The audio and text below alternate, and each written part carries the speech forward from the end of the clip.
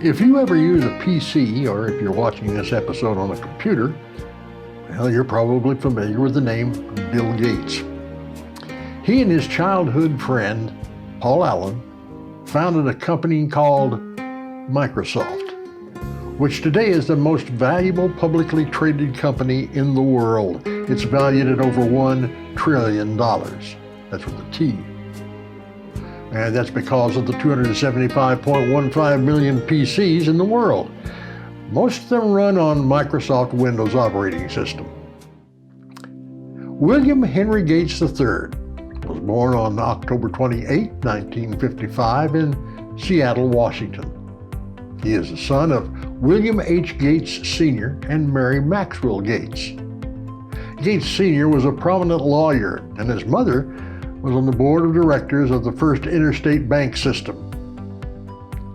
His penchant for success most likely comes from his parents encouraging a fierce sense of competition. One of Gates' early friends remarked, "Well, it didn't matter whether or not it was pickleball or swimming to the dock, there was always a reward for winning, and there was a penalty for losing."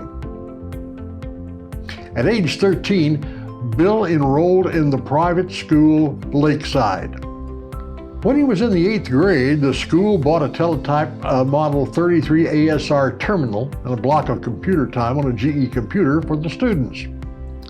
Gates took an interest in programming the GE system in BASIC, and he was excused from math classes to pursue his interest. He wrote his first computer program on this machine, which was an implementation of tic-tac-toe that allowed users to play games against the computer. At 17, Gates formed a venture with his friend Paul Allen called Trafodata to make traffic counters based on the Intel 8088 processor. In 1972, he served as a congressional page in the House of Representatives and was a National Merit Scholar when he graduated from Lakeside School in 1973. He scored 1590 out of 1600 on his SAT, and he enrolled at Harvard in the autumn of 1973. He chose a pre-law major but took mathematics and graduate-level computer science courses. Gates left Harvard after 2 years.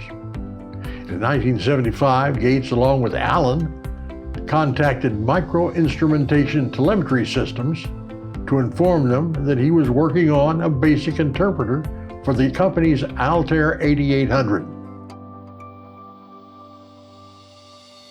Gates and Allen didn't have an Altair and had not written code for it.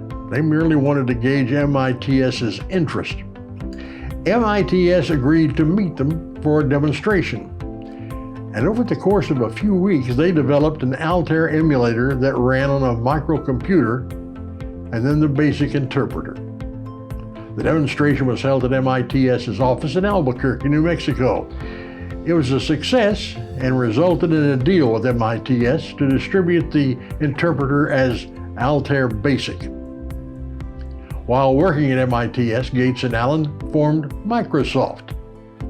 In 1980, IBM, the leading supplier of computer equipment to commercial enterprises, contacted Gates to develop an operating system, and this resulted in PC-DOS. To compete with Apple's simplicity of operation, Microsoft introduced Windows in 1985. Later, they developed the Office series of software products, which includes Word, on which I'm writing this episode, along with hardware products including the Microsoft Xbox and Surface line of laptop computers. It hasn't all been roses for Bill. There were many decisions that led to antitrust litigation over Microsoft's business practices. In the 1998 United States v. Microsoft case, Gates gave deposition testimony that several journalists characterized as evasive. Despite Gates' denials, the judge ruled that Microsoft had committed monopolization, blocking competition, each in violation of the Sherman Antitrust Act. All in all, William Henry Gates III has been fairly successful. He's still counted as one of the richest individuals in the world. He's a great advocate for the environment, and he works hard to address global warming and fossil fuel dependency. With his wife Melinda, they've formed the Bill and Melinda Gates Foundation. Gates, along with fellow billionaire Warren Buffett, have pledged to dedicate half of their wealth to charity.